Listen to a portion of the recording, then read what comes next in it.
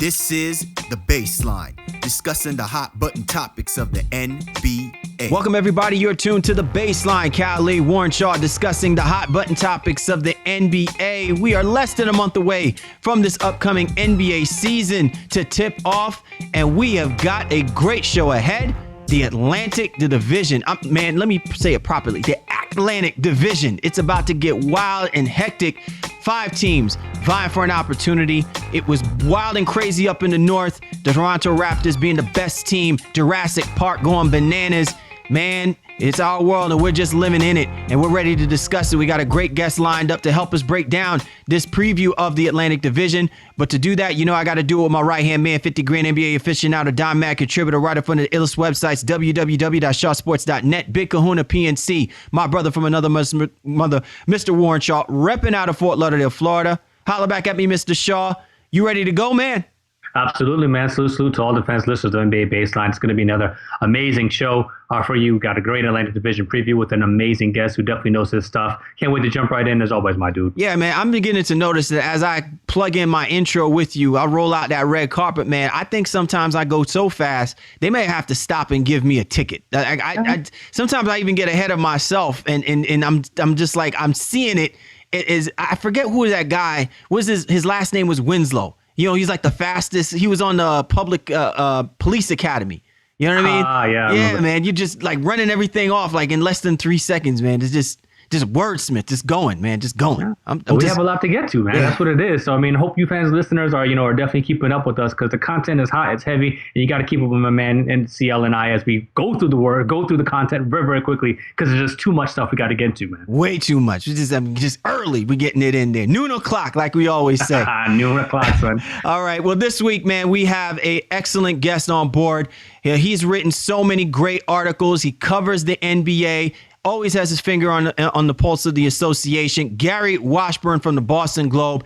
He's hopping on board. And no, we didn't bring him on for the biasness to talk Celtics basketball. He's got the goods on every single team in this Atlantic Division. He'll be on with us in a few moments so we can preview the Atlantic Division. Once again, we appreciate you and yours for hopping on board and supporting the Baseline NBA podcast. Be sure to get at my man Shaw at Shaw Sports NBA or get at me at GameFace Lee. We always encourage you to get at the show's Twitter handle at NBA Baseline, available on iTunes, Stitcher Radio, Player FM, Microsoft TuneIn, also available on Google Music, the Roku channel. We simulcast with Sports Brothers. Big shout outs to the Sports Brothers. Be sure to check out their network. They discuss all sports. So not only are we giving them the basketball goods, but anything you need to know about basketball, football, tennis, whatever it is, social injustices, the Sports Brothers have got you covered. They cover it all. So be sure to check those guys out each and every single day.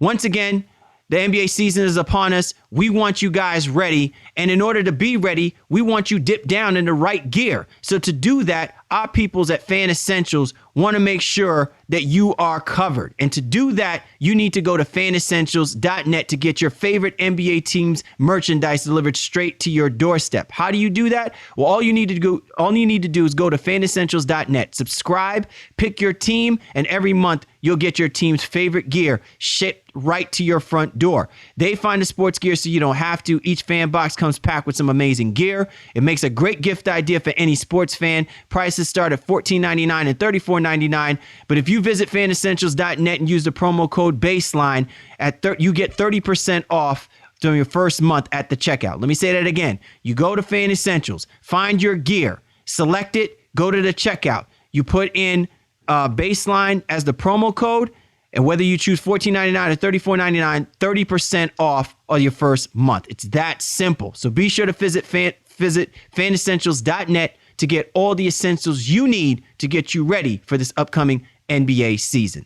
All right, and this is what you've waited for, our 2016-2017 NBA preview of the Atlantic Division. And with us this week, great writer, phenomenal writer. He's a national NBA writer for the Boston Globe.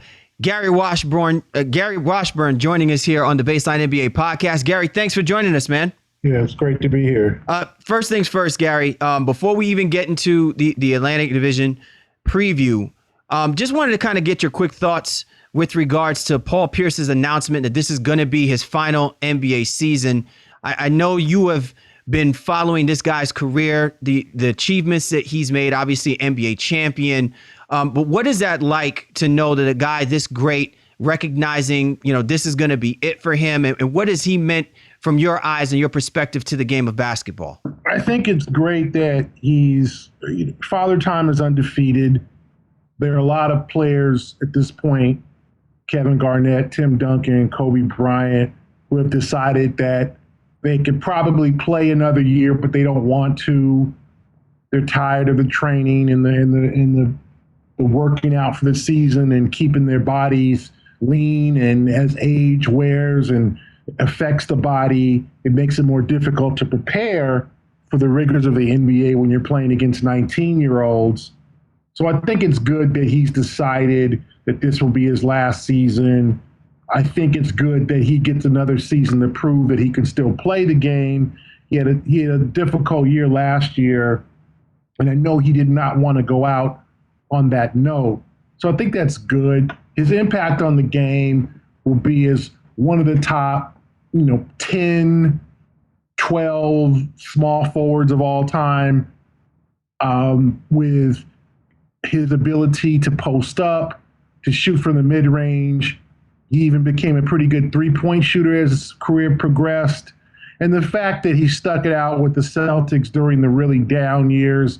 The Celtics had a lot of bad things happen in terms of Lynn Bias and then Reggie Lewis. And they were really trying to compete and return to glory. And they were really never able to reach that point. They reached one time in the Eastern Conference Finals against the Nets several years ago. And Pierce could have asked out, and he didn't. And then obviously he got reciprocated for his patience by when Danny Ainge got Ray Allen and Kevin Garnett to come to Boston, and they won a championship. And he established and cemented his legacy in Boston, second all-time leading scorer behind John Havlicek, a guy who you could always depend on for that key bucket, and kind of a guy who was never a real freakish athlete like a lot of these guys were, your Kobe Bryants, your Garnetts, that revolutionized the game. Pierce didn't have that athleticism, but he had the gill. He had the kind of the old man's game. And I think that he reminds us that maybe sometimes regular guys can really be good at this game too. And you don't have to jump out of the gym and you don't have to dunk on everybody to do that. So I think it's good, that Pierce has decided to hang it up, but it's also good to reflect on his career as a guy who is,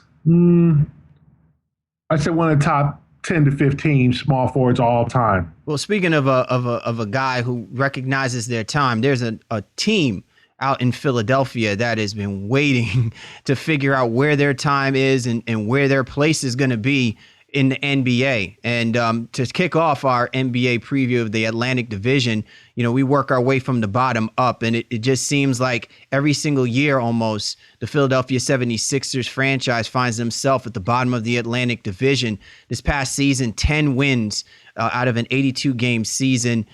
You don't have to go deep into the statistics to see that, they were pretty much the worst team in the NBA. So much has happened with this basketball team, Gary. And, even with them having the number one pick and getting Ben Simmons and, the hoopla is that he is, quote unquote, their LeBron James, so to speak. They've had a couple of bites at the apple of having premier players for this organization. And the question and the debate is still out. Guys like Joel Embiid, Jahlil Okafor. I mean, all of this now is coming to this point.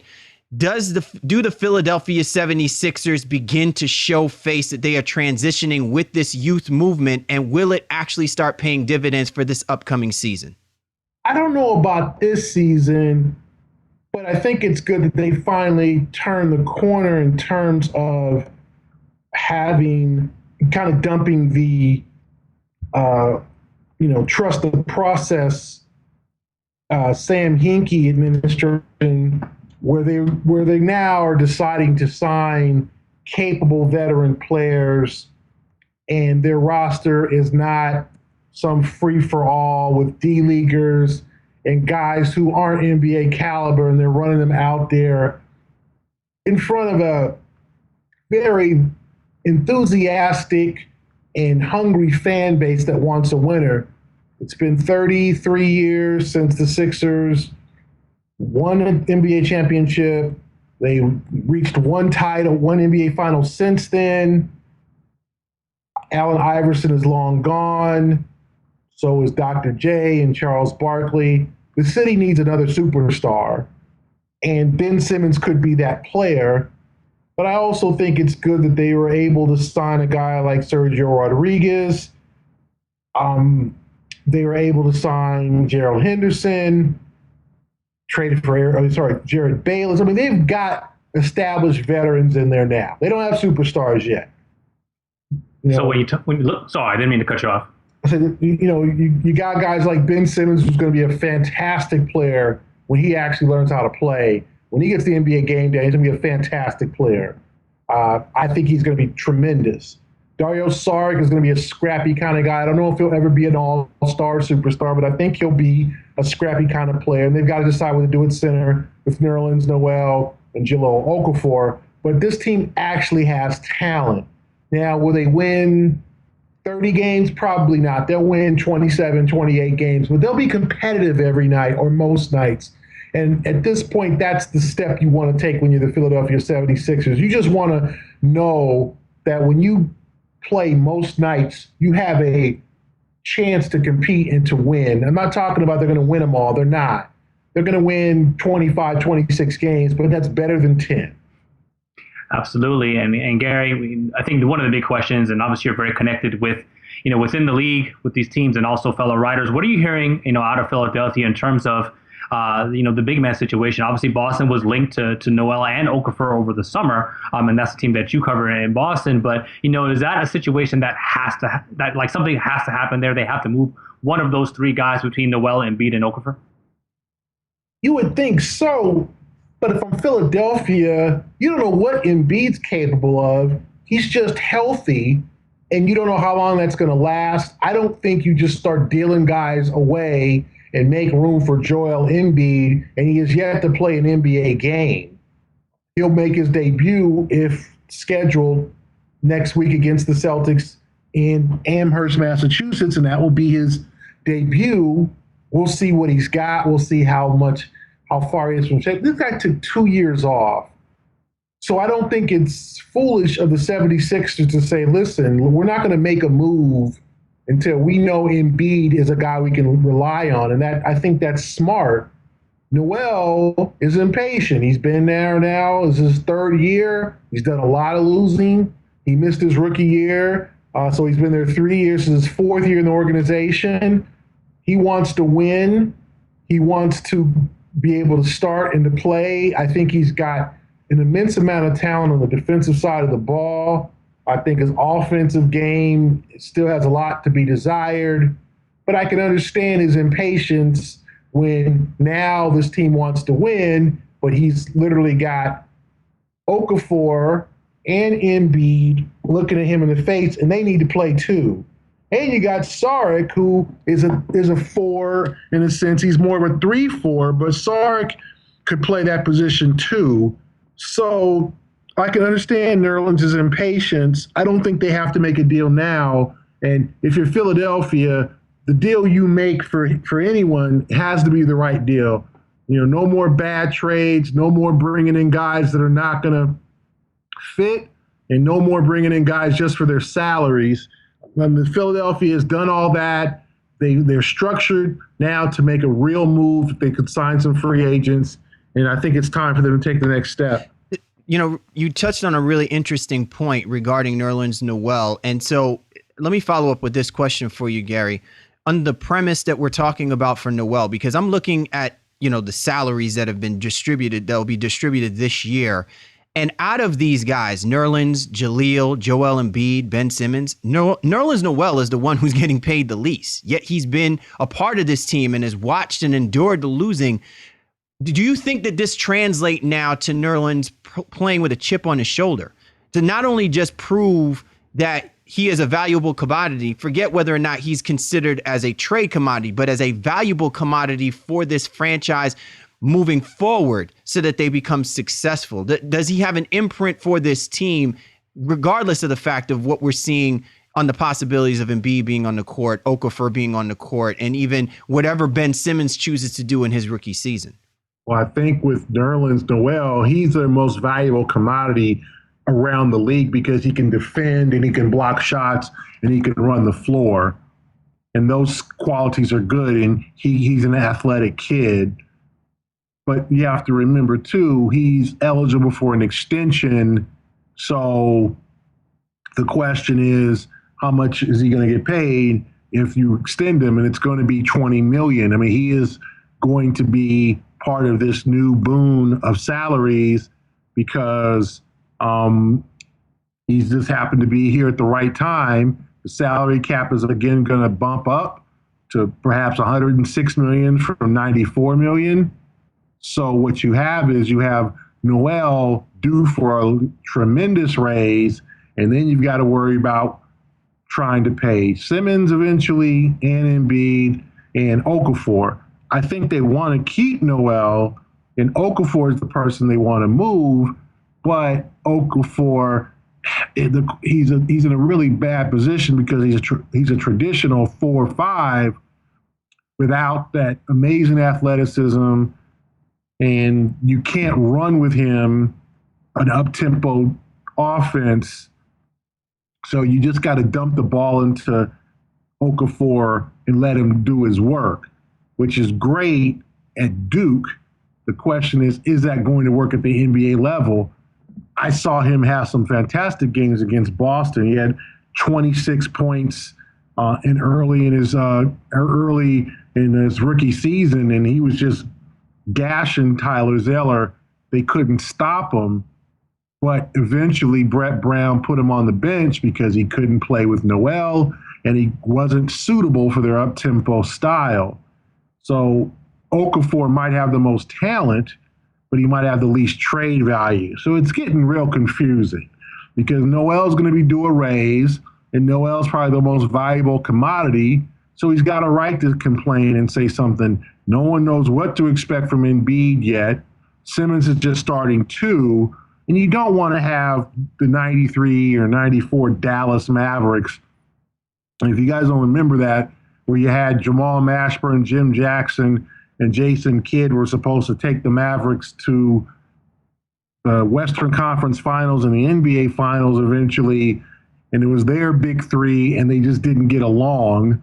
And eventually they traded Kidd to Phoenix, and Jim Jackson left. I mean, it was, if you looked at it on paper, it was Dallas was going to be the team of the future. They were going to be the team of the millennium with Jackson, Mashburn, and Kidd. And you're talking about three guys, and especially in Kidd, obviously a Hall of Famer. Mashburn had a very good career before his knees went out on him. Jackson was more of a journeyman, but I think that all kind of started when he started bouncing teams and having an attitude. But if you remember back then, those are three lottery picks all of in the last few years who were on the same team and around the same age, and they were supposed to take over the world, and it didn't work. So if I'm Philadelphia, I got to manage this situation carefully. Got some guys who are potential superstars in this team, especially Simmons, but I have no issue with them waiting to see what Embiid gives them and not just giving away Nerlens Noel. Gary Washburn joining us here on the Baseline NBA podcast, the 2016-2017 NBA preview of the Atlantic Division. The Philadelphia 76ers, 10 wins, 12% winning percentage, just among the worst, probably just not just in their franchise history, but definitely a team that needs to be on the uptick. 7-34 is their home record. 2-14 in their division, which is definitely not going to cut it if they're expecting to compete in the Atlantic. Let's go ahead and talk about the team that finished second to last, and the Brooklyn Nets. And a couple of seasons ago, this team was amassed with a plethora of talent that just never lived up to the hype and the expectations. And now this is clearly what you might call a rebuilding process. And while they still have Brooke Lopez, Bogdanovic, their first-round draft pick, Rondae Hollis-Jefferson, coming off of injury, this is a basketball team that still amassed 21 wins, but in a division where you're creepingly seeing a better talent now coming out in the Atlantic, and it's becoming a much more competitive game, top-heavy from the top three teams. This is a Brooklyn Nets team where the expectations are they might wind up repeating what they've just done this past season. Gary, from your perspective, what's going to be the key factor for this basketball team to maintain sustenance, knowing that you've got the Raptors, the Celtics, a revamped New York Knicks team, and even a youthful uprising from the 76ers to be able to maintain in this type of division with what they currently constructed this offseason? I think the Nets are just going to have to play this thing out. They still are being held hostage, in a sense, figuratively, by the Celtics, because the Celtics can have the right to swap first-round picks with them next year and then get their 2018 first-rounder. So they don't have their own first-round pick until 2019. If the Celtics are any good, the Nets will be drafting in the 20s next year instead of maybe 5. It's a considerable difference. So what the Nets did was, one, they had to get to the salary floor, and two, they just signed a bunch of guys with chips on their shoulder. Your Trevor Booker, you bring in Anthony Bennett, Chase Budinger, Randy Foye, Jorge Gutierrez, Joe Harris. Chris McCullough is going to be actually a pretty decent player. I like him. Luis Scola and Gravis Vasquez. I mean, you've got, in addition to Jeremy Lin, you got journeyman central on this team, okay? I don't think they expect to make the playoffs, but they have nothing to lose by trying to go for the 8th spot and go all out for that spot, because it's not like they're playing for the draft. Whatever they do, Boston's taking their first-round pick because they're not going to be as good as Boston. So the Nets are just going to, I think they have enough veterans and veteran leadership to play respectable ball every night. They've got guys who can play the game. They don't have a superstar, unless you consider Brooke Lopez a superstar. I really don't. I think he's a top 10 center, not top 5. But if you look at their roster, they have guys who have done it in other places. Luis Scola has proven it for 12, 13 years. You know, Randy Foye can hit a three-pointer. Rondae Hollis-Jefferson's an improving player. Got hurt in his rookie year, but I think he'll be fine this year. He'll be a definite key. Sean Kilpatrick had a good end of the year. Like, they've got guys with agendas, and that's a good thing if you're a Brooklyn Nets fan, because those guys are going to play hard. They're going to compete. Training camp's going to be crazy because you got a lot of guys with equal talent competing for roster spots, competing for playing time. New coach in Kenny Atkinson, who's got a lot of enthusiasm, known as a very intelligent coach. So if I'm Brooklyn, you just got to play hard every night and see what happens. They're not in the Philadelphia range because they don't have any draft picks unless they trade for one, and you don't have a high amount of you don't have any bad money on your team. Lopez is nearing the end of his contract. The next highest paid player is Jeremy Lin, and you just brought him in to basically put butts in the seats because he can play point guard. And you gave $9 million to Trevor Booker, who's just kind of a workman-like, but $9 million for a guy that's the mid-level pretty much nowadays. So they don't have any bad contracts. They're just trying to move on from the Billy King era and the bad trade he made with the Celtics and the Darren Williams and the Joe Johnson. They're just trying to move on, and this is the next step. It's going to be ugly. They're not going to have a lot of guys on billboards. They're not going to put a lot of butts in the seats on the road to say, hey, don't you want to go see Karis LeVert, Rondae Hollis-Jefferson, and Brooke Lopez? That's not going to attract a lot of people in Miami and in L.A., but they're going to play hard and they're going to be competitive. And at this point, that's all you can really expect. So I love what you said there about Journeyman Central early on. It was a very comprehensive, overview of this Nets team. And I want to ask you regarding, look at Lopez. He's probably the clear number one with Jeremy Lin being a number two guy. But they had, you said, a lot of like talent on this roster. The Miami Heat, I just went to their media day. They're a similar team like that. A lot of like talent on the roster. The Celtics were in that position a few seasons ago where a lot of like talent. Who steps up for this team to be kind of like the clear? I mean, I know it's hard, kind of awkward when you say a clear number three, but really, who's the third best player on this team outside of Lopez and Lin? I don't know. That's a good question. I mean, it could be like a Rondé Hollis Jefferson. I mean, that's a guy who a lot of teams liked, and he's a hardworking kid. He's going to improve. He's already a plus defender. He's just got to learn how to shoot. A guy like Chase Budinger, who, in my opinion, he left Arizona 2 years too early. He kind of reminds me of a guy like Casey Jacobson years ago at Stanford, who was really good in the Pac-10 and left school early, and then a few years later he was overseas because he kind of played himself out of the league. Budinger's a guy who is on the cusp of playing himself out of the league. This might be his last chance. He's already 28 years old. He was considered a real, potential standout player with some great athleticism that really has never worked out. And, you got a guy like Anthony Bennett. He's still only 23 years old. This could be his last chance. This guy's bounced around Cleveland, Minnesota. Then he goes home to Toronto thinking that might work. He's going back to Canada, and they dumped him to sign Jason Thompson, who barely played in the playoffs. Let's see what Anthony Bennett's about. I think he's got some talent. I don't think he's worthy of the number one pick a few years ago, but I do think he's talented. I do think he can help a team, and especially help a bad team. So let's see what he's got. So I couldn't tell you who could be their number three guy. I mean, I watched Chris McCullough in Summer League.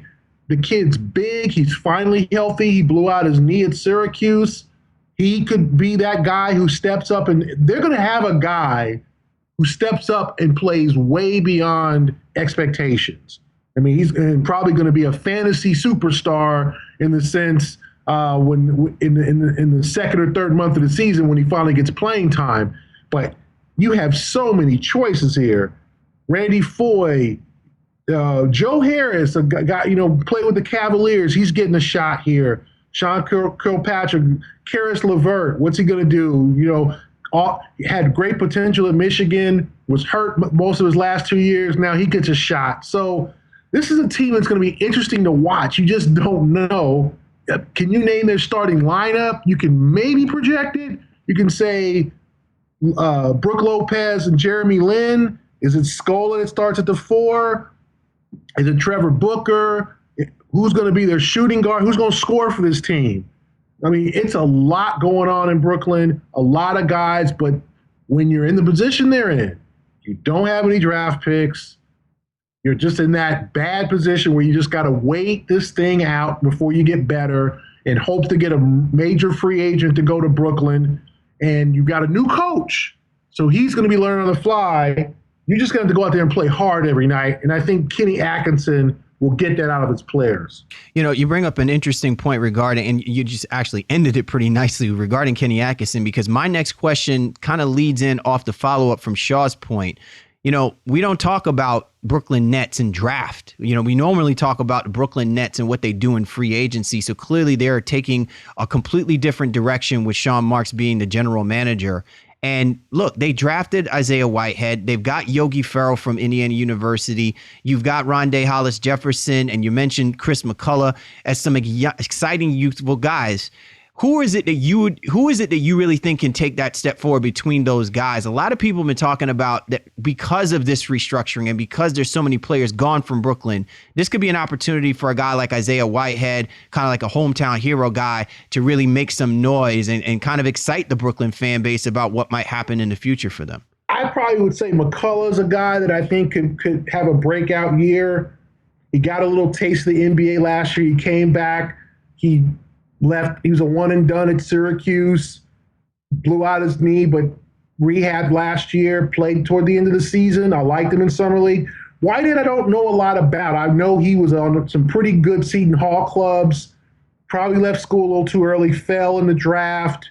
We'll see what he's got. Though it's hard to really project an NBA rookie to really be. I mean, not everybody's going to be Draymond Green, you know, Right. like not everybody's second round pick is going to turn around and really make a big contribution right away. I think a guy like I'm looking at this roster here.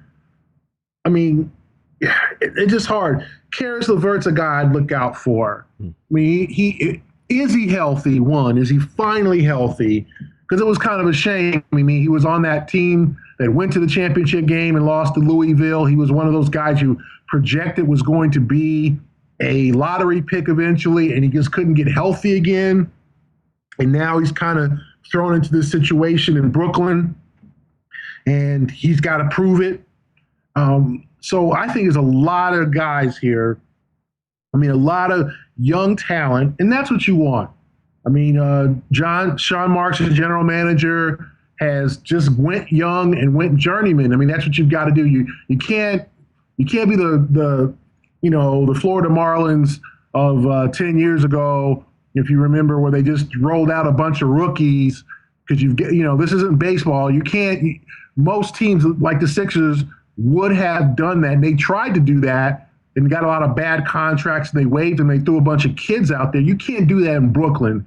The fans aren't going to accept the Philadelphia type of rebuilding, so that's why they went with this journeyman kind of route. You give guys short contracts. You give them an opportunity to prove themselves for either Brooklyn or potentially their next stop, and you play these young kids like crazy if they're worthy of playing. If a Whitehead is worthy of playing, let's see what he's got. McCullough's a guy I said I liked. Hollis Jefferson will be entering his second year. He was injured some of last year. I mean, they've got talent. I mean, they've got young talent.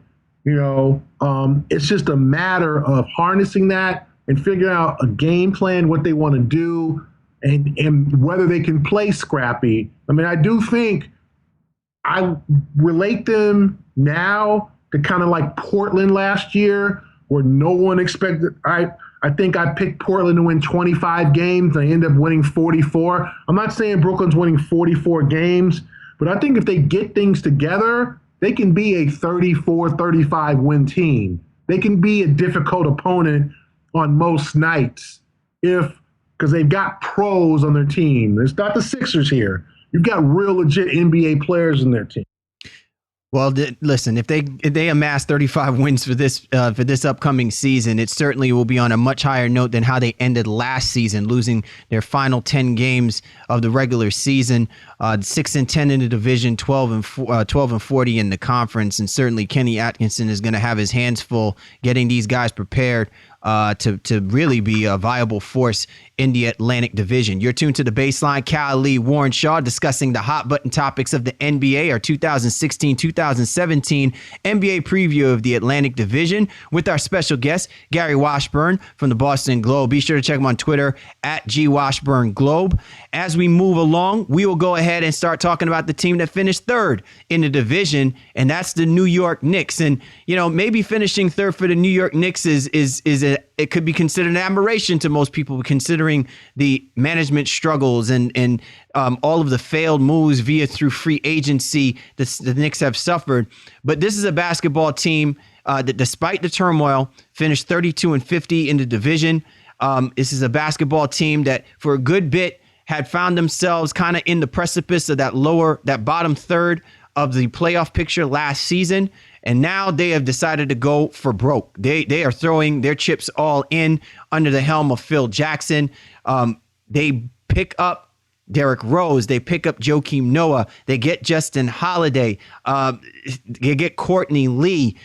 This is a basketball team that maybe Carmelo Anthony has something truly feels good about and smiles about. But Gary, when you throw this motley crew together, free agency, young talent, and quote unquote questionable health talent, does this equal out to a team that's deserving to be in the conversation to be a top 5 Eastern Conference playoff team, let alone be one of the teams that are going to be competing to be the top dog in this division? I think that they should have hopes on getting into the playoffs first.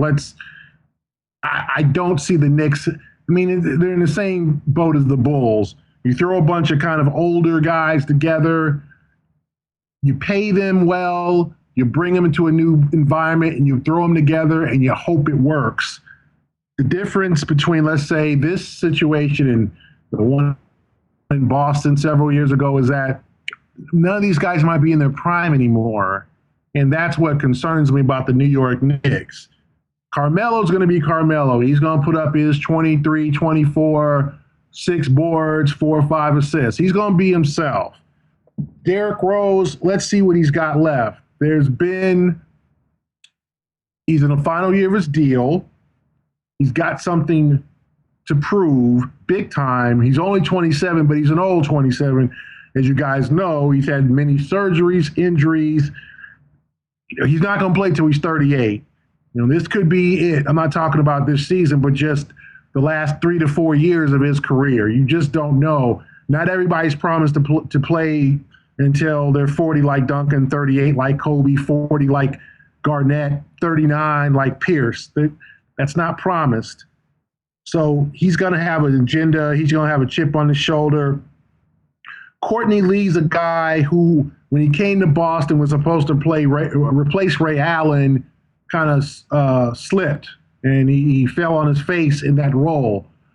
I don't know what he's going to do in a pressure situation in a big market. He was great in Memphis. He was great in Charlotte, but this is the big time now. This is obviously the East, and this is a big time city. He's going to expect a lot out of him. So I'm curious to see what happens on the second run for Courtney Lee. There's a reason why the Celtics traded him to Memphis, and it wasn't because he was doing well. It was because he was not doing well. It was a very disappointing stint in Boston because they thought he could be that gunner off the bench, that three-point specialist, and it just didn't work.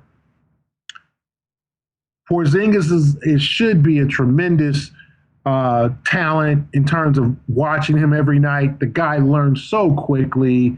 He adapted no one expected him to play so well, to become a media darling, to learn the language. Everyone booed the pick.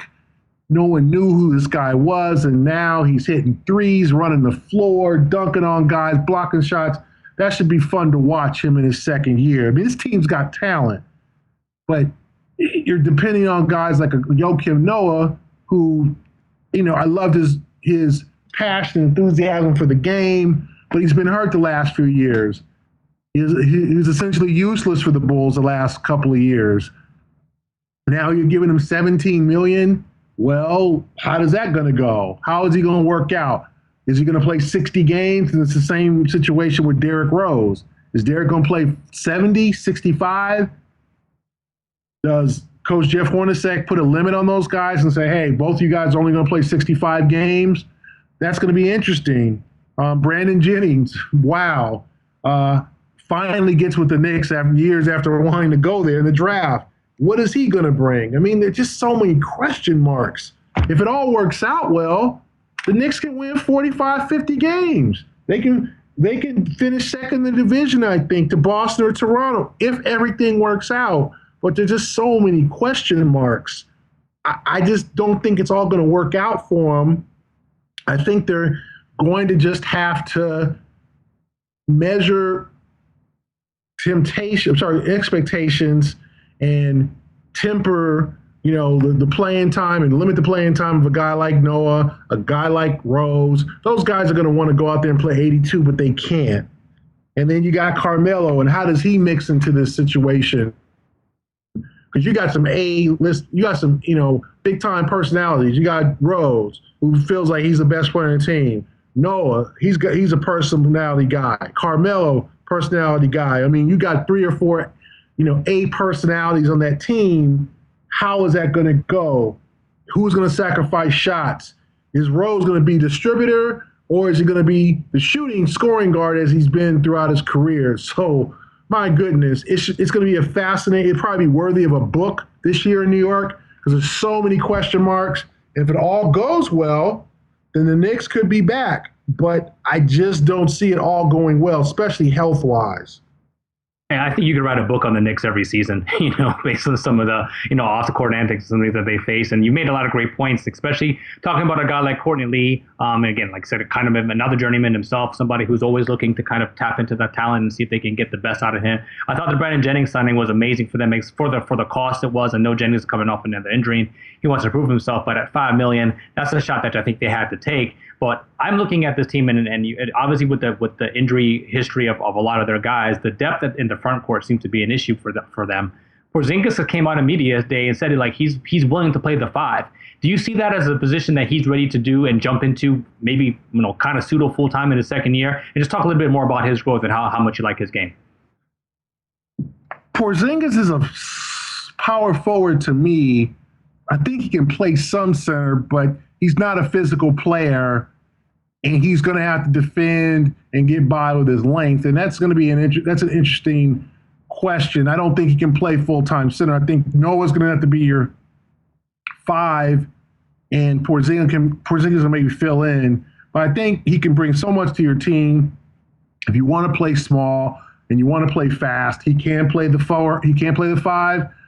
He can shoot. He can stretch the floor. He's going to bring bigs out to the three-point line where they don't like to defend. That will help. He will help spread the floor. And if you have shooters around him, that's going to be great. The question is, as I said before, is Courtney Lee going to be able to knock down shots? What about Derrick Rose? He's not really a three-point shooter. Carmelo's a pretty good three-point shooter, as we saw in the Olympic Games. But there's so many question marks. They just, if they had another guy who could stretch the floor, it'd be great. I mean, is it a guy like Justin Holiday? Justin Holiday's played bit roles in other places. He didn't exactly get it. He played on the Warriors title team. He played a pretty decent role with the Bulls, but he was part of the Derrick Rose deal. I mean, there's so many question marks, and it's hard to say that they have the capable pieces to compete because they just seem like they're 1 or 2 short. They got a lot of guys. They just don't have a lot of guys who seemingly fit well together. That's going to be the interesting part of it. Where does a guy like Lance Thomas played well? Does he lose minutes? Was very good for them, kind of a dirty work guy, and a guy who could shoot from the outside and spread the floor. So there's a lot of questions, as I said earlier, about the New York Knicks. I don't think they have all the capable pieces to be a real contender, but they do have the pieces, 1, to make the playoffs, and 2, to potentially win a round if all goes well. Jeff Hornacek's team, or the new head coach for the New York Knicks, Jeff Hornacek, is looking for this team to bounce back after a 32-win season. Clearly, an 18-23 home record wouldn't make Madison Square Garden fans happy, and clearly that's going to be one of their focal points is to take advantage of what used to be considered home field advantage, playing in the Garden in the Mecca, finishing with 98.4 points per game. Clearly, they're going to uptick on that, and decent defensively, only allowing 101 points in this modern day era of NBA basketball, but a negative 2.7 differential. Clearly, this is a basketball team that, with the necessary pieces, has, to your point, Gary, the capabilities of turning things around.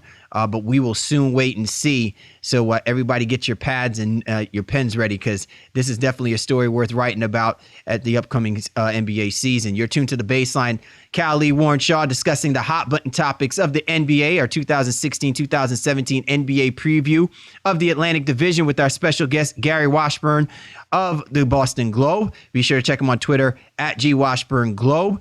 And as we talk about the second best team, I'm very glad that we have our man Gary Washburn on here. It's the Boston Celtics. And, look, this is a basketball team that has prided itself on climbing out of the mire of mediocrity, as some people would say. Brad Stevens, Danny Ainge, these guys have done a fantabulous job of putting this basketball team every single year in a position to look better and better.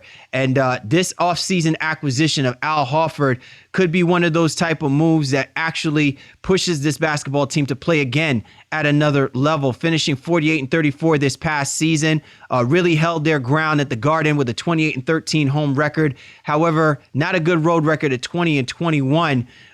Gary, you followed this all now. We saw what happened to them at draft night.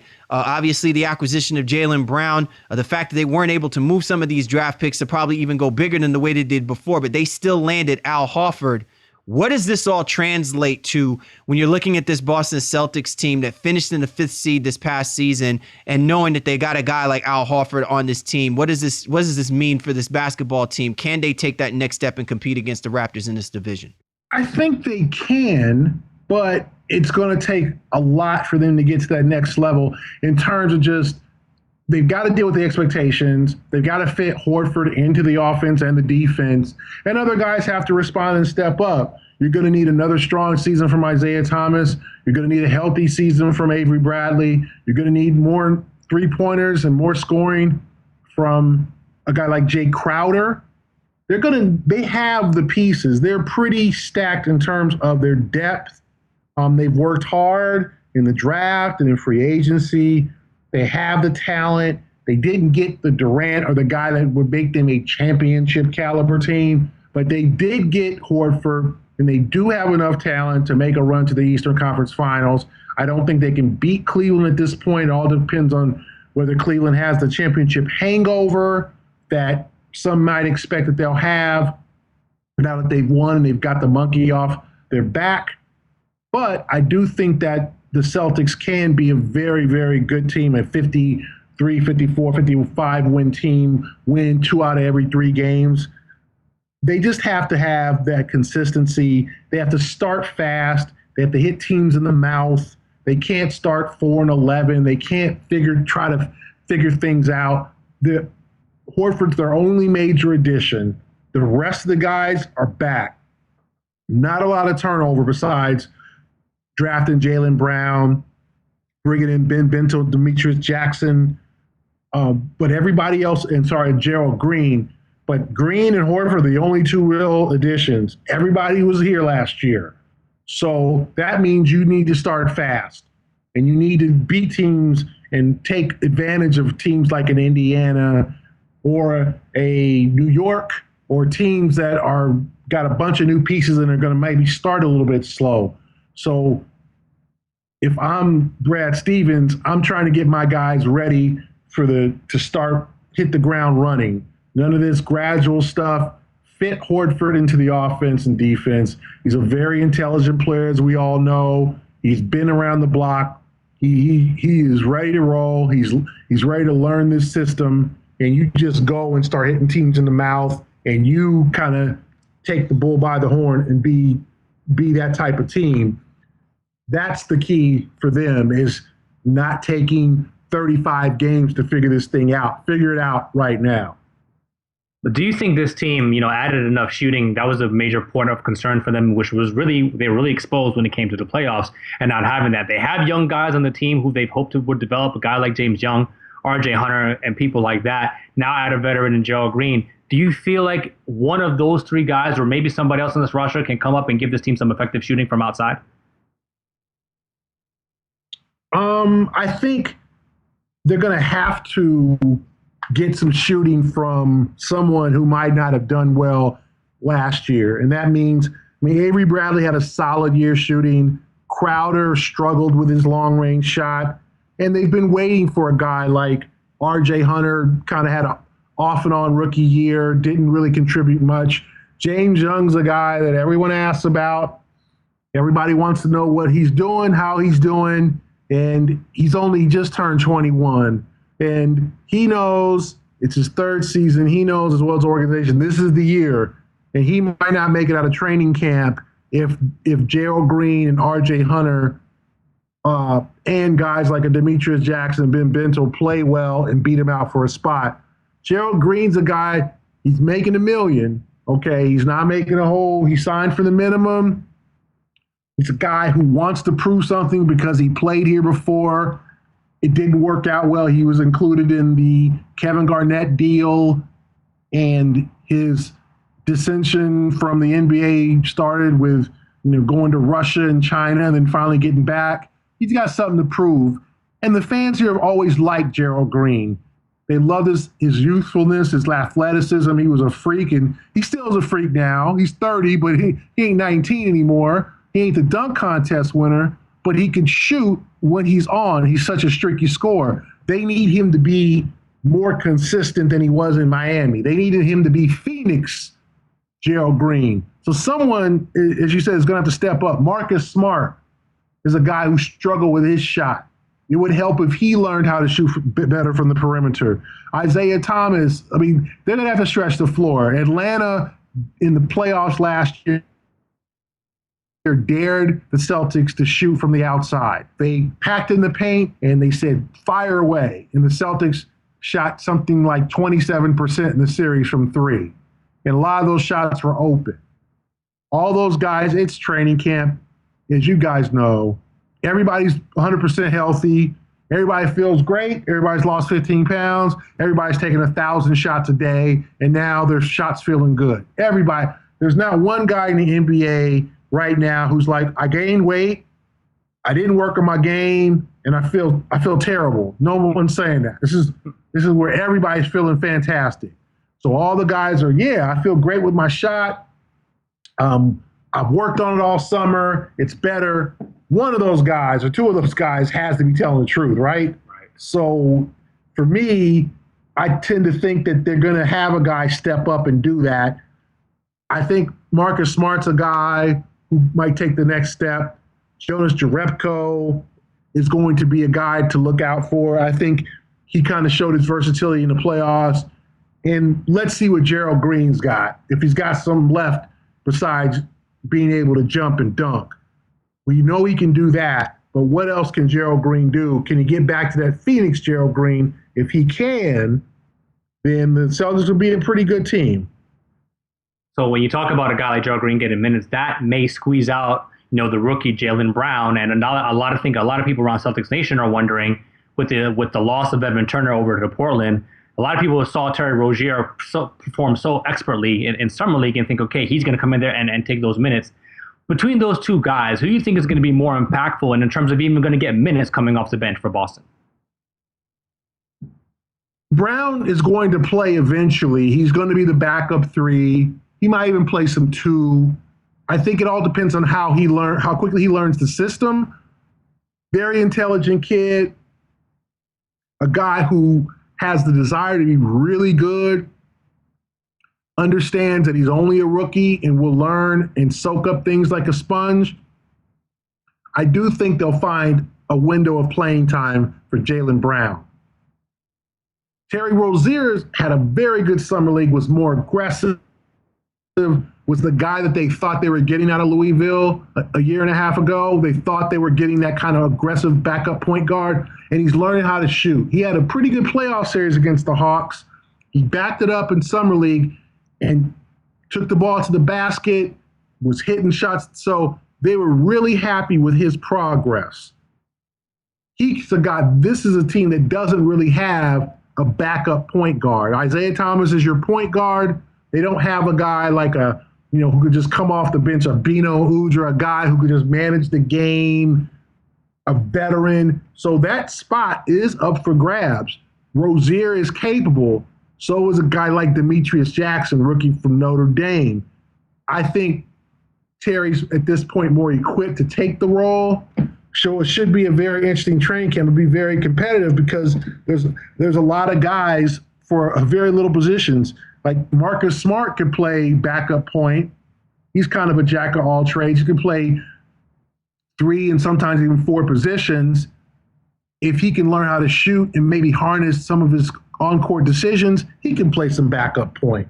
So there's a lot of decisions, a lot to be determined in terms of some of these backup roles for the Celtics. Boston Celtics is clearly a basketball team that's going to be in the conversation of the Eastern Conference playoff picture.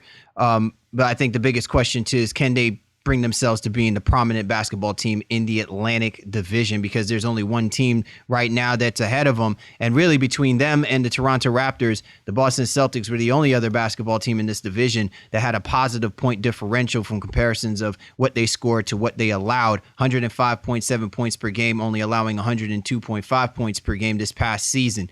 One last question before we, obviously talk about the top dogs, which is the Toronto Raptors, Gary. And it's something that I think maybe even to myself lays more of a curiosity than concern. this is a Celtics basketball team that clearly is looking to spread the court, give themselves great opportunities to shoot the ball. To your point, they only shot 27% from three in the playoff series against the Atlanta Hawks. And I look at what this team did through the course of the regular season. They were a top 10 team as far as 3-point attempts go, but amongst the bottom when it comes to their 3-point shooting percentage. And I'm just wondering, does Brad Stevens figure out a way to balance that out? Or do you see this team being even more aggressive as far as their attempts to shooting the basketball now that they've got a guy who can create more in Al Horford?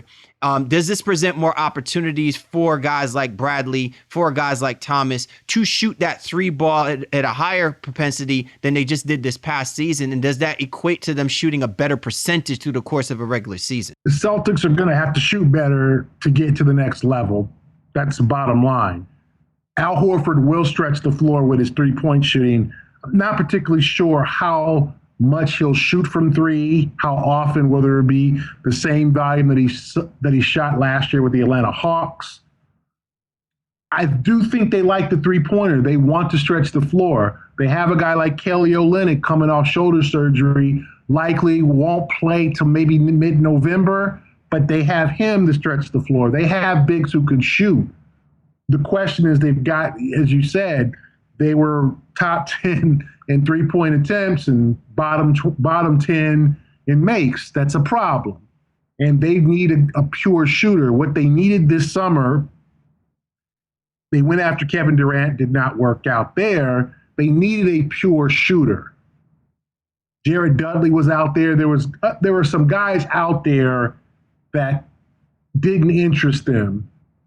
So you're going to have to produce that from within. So is it going to be a Marcus Smart? Is it going to be Gerald Green? Is it going to be an RJ Hunter? They need a guy who can knock down threes, especially like they need a Jamal Crawford kind of guy, a guy who you can just give him the ball 3-4 trips down the floor and he can hit you 4 buckets. They need scoring. This team was offensively challenged last year, and it's sort of been that way in the Brad Stevens era. So they're banking that their overall roster has improved its shooting, that Jerebko, Smart, RJ Hunter, Avery Bradley, Isaiah Thomas, Jay Crowder have all improved from the three-point line because that was the emphasis this summer. Hit that outside shot. Atlanta exposed them in the playoffs. I know they were embarrassed, and they want to compensate for that. Toronto Raptors now, as we just go ahead and transition in, they were the better basketball team in this division. Second best in the Eastern Conference, a 56-win season. They topped all their franchise records with what they've achieved, and it all starts with their dynamic duo of Kyle Lowry and DeMar DeRozan. That being said, this basketball team didn't do a ton as far as adding to this basketball team. They clearly pushed the Cleveland Cavaliers 6 games in the Eastern Conference Finals. But you could clearly see that this is a basketball team that probably still needed something else to get them over the hump. Now, the expectations are that this is a team that is going to finish as the top team in the East when you have this dynamic duo. But Gary, what exactly is it that you felt like this team still needed to put themselves as in the conversation and the breadth of the conversation that equates to them competing against a team like the Cleveland Cavaliers that would ultimately separate them from everybody else in the rest of the Eastern Conference? They never replaced Bismack Biyombo. They lost him to the Orlando Magic. That was expected. Biyombo played so well during the latter part of the regular season and in the playoffs. You knew his stock was going to rise and he was going to get one of those $17 million per year contracts. He did. They never really replaced him. They brought in Jared Sullinger from the Celtics. Sullinger is a guy who will come to Toronto with a chip on his shoulder. He's in the final year of his contract, so he'll be a free agent. And if you're Jared, will he be in premium shape? When he is healthy, he can be very productive. He can be a 15-8 guy when he's healthy and when he's right. That's the question. He's the only guy they brought in. They drafted Jacob Podol from Utah, And they got guys they're just going to hope develop. Guys like DeLon Wright, guys like Norman Powell, Bruno Caboclo has been kind of sitting there for 2 years now. Can they expect anything from him? The same with Lucas Nogueira. They're guy who played a little bit down the stretch of the regular season. And so if you're Toronto, they're in a tough position because I think their biggest free agent acquisition was getting DeMar DeRozan to stay in Toronto. And they were very happy about that because the rumors, as you guys know, was DeMar was going to the Lakers. DeMar wanted to go home and play in LA. And they had the money, and he never even entertained an offer. He stayed in Toronto. So the question is, does the rest of their roster get better? And do they take that next step, or do they stay the same? Lowry and DeRozan are still going to be tough to deal with, but who's going to be their third guy? Is it going to be Terrence Ross? Terrence has been wildly inconsistent, freakish athlete, former slam dunk champion, signed an extension, but can you really rely on Terrence Ross? They don't really have a number 3 guy. They let Scola go. They let Biyombo go. They don't have that dirty work guy in the paint unless Sullinger steps up, and they don't have that number 3 scorer. DeMarre Carroll, that could be the guy if he's healthy. He didn't have a great first year in Toronto. So there's so many question marks with the Raptors because they're depending on their current roster, all like the Celtics in a sense, to take that next step. What's Corey Joseph capable of? Patrick Patterson, a guy who frustrates me to the nth degree because he's 6'11" and he doesn't, or 6'9", 6'10", he doesn't shoot anything but threes. Does not rebound, don't post up. He sits there and shoots threes. He's got so much talent, I think, and he just wants to shoot 3 ball. So is that going to be good enough? I mean, they've got talent. And then, Jonas Valanciunas did not have a good Olympics. Lithuania did not fare well in the Olympic Games, or kind of a disappointment. But what is he going to do? Is he going to take the next step, and is he going to stay healthy? Can Sullinger keep the Wolves off Valanciunas with his rebounding as Biyombo did, and take some pressure off the big guy? There's a lot of questions in Toronto. They're an entertaining team. They're a very good team. And who knows, they might all take that next step. But they're going to need a guy like Caboclo or Lucas Nogueira or Norman Powell or Terrence. They're going to need another guy to step and take that step forward. My candidate is probably Terrence Ross. Ross has got to become more consistent. He was in Dwayne Casey's doghouse some of the season. He's got to play better and be more consistent and not just a guy like a Gerald Green I mentioned earlier who could just jump out the gym. Need more than that. So I love what you did there, Gary. I mean, again, you really touched on this entire roster, and you said they really are trying to look to get better from within, and that maturation process that teams go through, and that chemistry that's built by playing together over a course of many seasons. But I'm a little surprised, I think, at the Valanciunas statement, because you don't feel like this is a guy who can really become a double-double guy if healthy. I mean, he was immense for them last year in the playoffs. Then he went down with that. He turned his ankle and got out of the Heat series. You don't think he can be that? He's, almost clearly kind of that number 3 guy for them to lean on, especially going through the post? I do think he can take that next step. I don't know if he can be a double-double guy. He's not been a high volume rebounder. He's a guy that, he's not going to play 38 minutes a game. If you want Jonas, last year he played 26 minutes a game, and he was a 12 and 13 and 9. So do you play him 30? Do you increase his workload? He's a guy that he's going to play a little bit more than half the game. Last year he played a little bit more than half the game. So you got to have a critical to have a backup center who can soak up those other 22 minutes because of his endurance. Obviously, he's a guy, he's 255, he's a big guy, not athletic. Can he play 35 minutes a game? I do not think so. So I don't think Jonas Valanciunas is ever going to get to that, 18 and 13 type of level. if you put him in the game long. But if you look at his career average 26.2 minutes. He played 28 minutes 2 years ago per game when he went, and he had 11 and 9. He played 26 2 years ago and 26 last year. Obviously, there's a trend here with Jonas, and it's let's play this kid, probably 11, 12 minutes in the first half, and let's play him 14 in the second half. And that's probably what they're going to stick with. He's not, he's only 24 years old, just turned 24. Is he ready for more minutes? The issue is foul trouble. He averaged 2.6 fouls a game last year, so he's not being limited by foul trouble.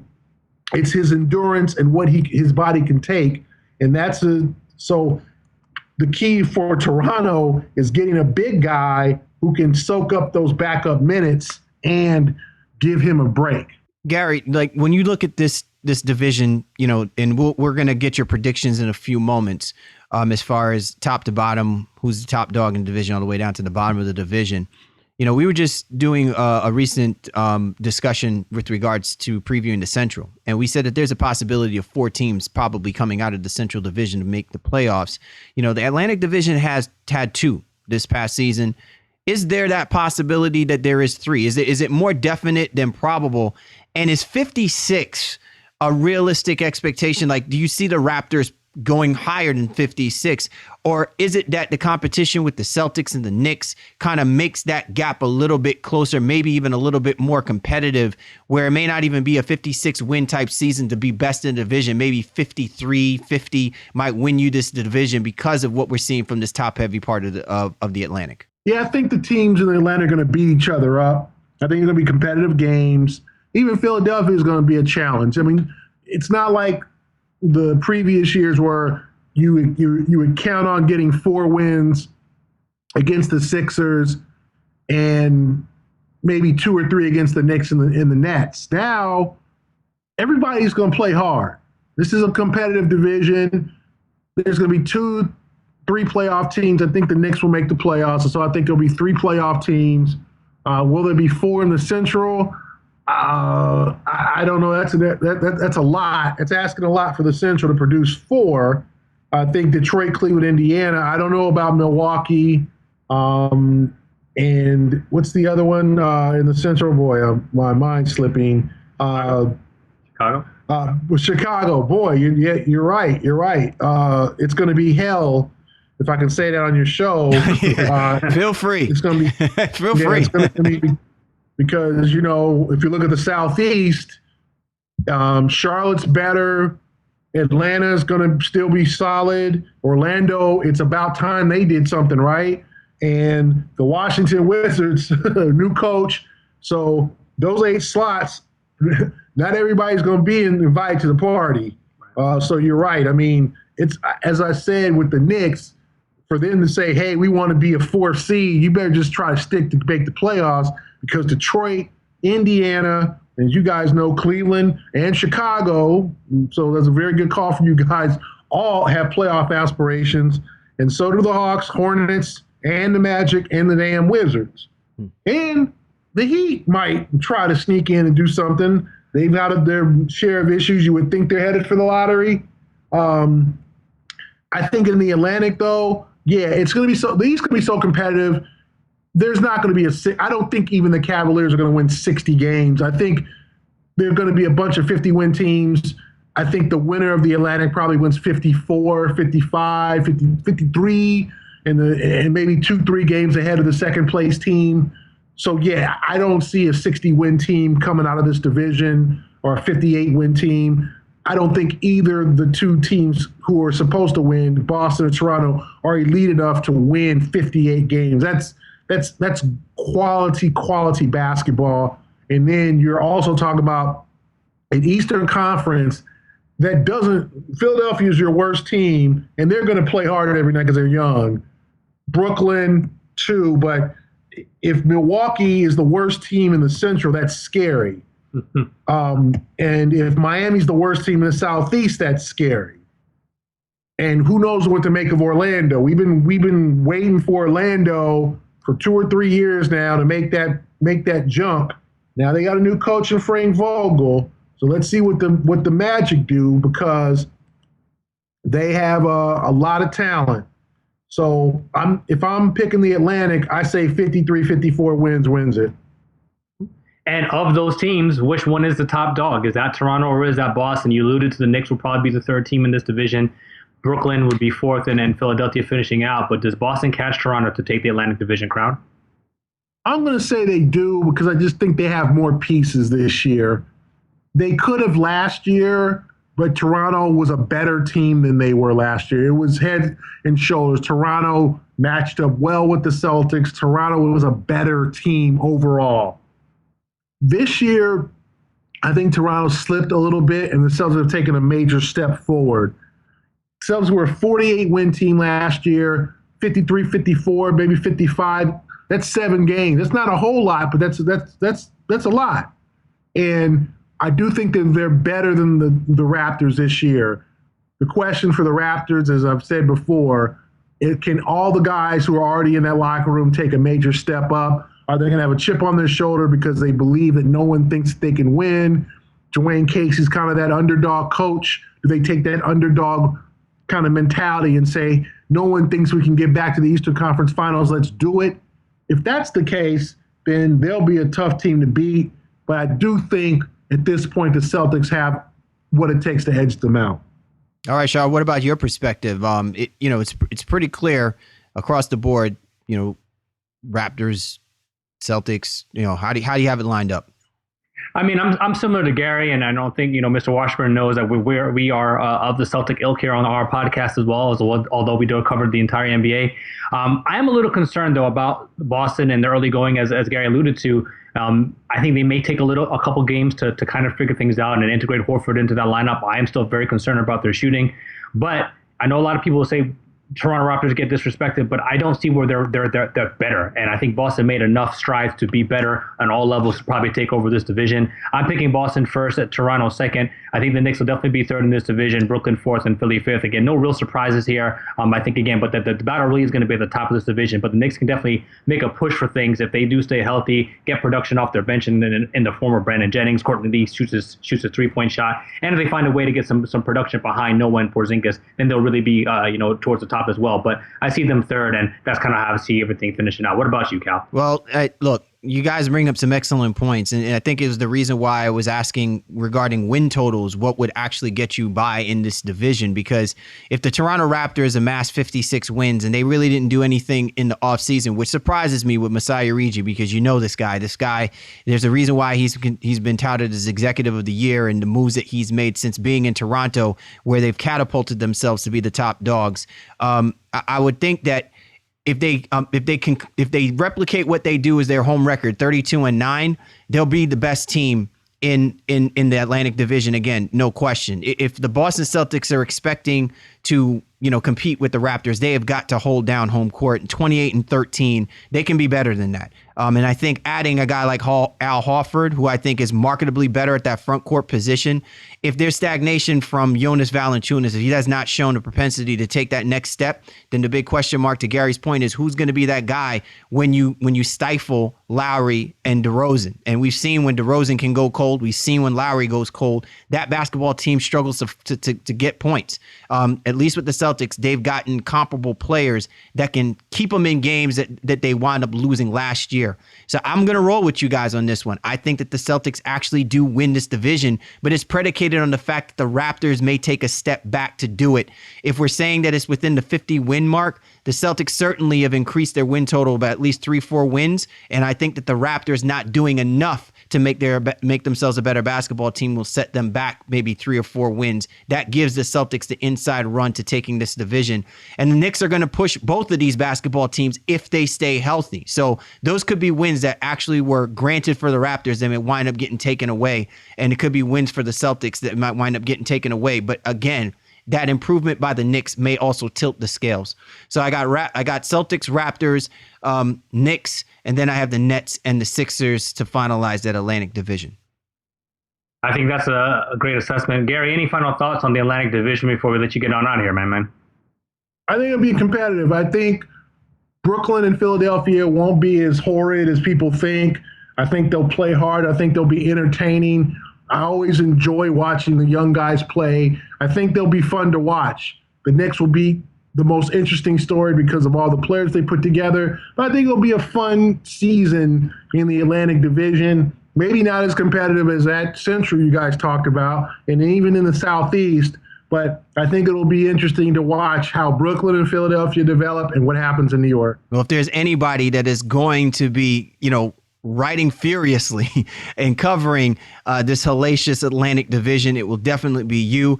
Gary, we really appreciate you hopping on board with us, helping to break down each of these teams that's representing out of the Atlantic. And I agree with you, man. I have no doubt that this will be a much more competitive division this upcoming season with the added talent, with the new coaches, and the exciting young players that have now are donning these uniforms. I think that we are in a good place and about to see some really great basketball out of the Atlantic. Thanks so much for hopping on board with us this week, man. Hey, thanks a lot, guys. Appreciate it. Man, what a thorough and intronistic job done by Gary Washburn. Who? By who? Intronistic, comprehensive. Let's go with that. Comprehensive. Yeah. I didn't want to use the word insightful and make him sound so poetic, but nevertheless, man, he basically broke down each and every single facet of what we're looking at with these teams and what it may actually mean. Does it translate to wins in this division? Because that's what it comes down to. And I know that everyone's fixated and focused on the conference as a whole. But if you are expecting to make an impact in the playoffs, you've got to win your division. And we clearly see that Gary has broken down every single one of these teams and assessed who really is going to be the top dogs coming out of this Atlantic Division.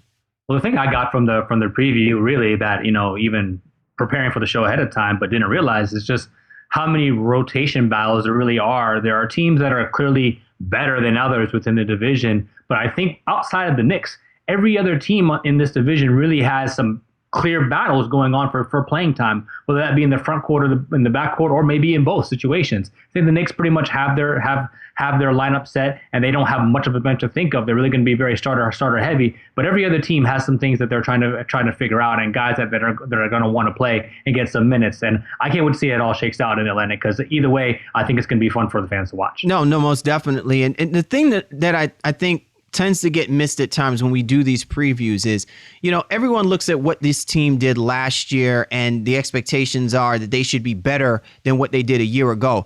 We're even talking about it. The teams that are likely going to improve themselves just simply off of the roster itself clearly will be the New York Knicks.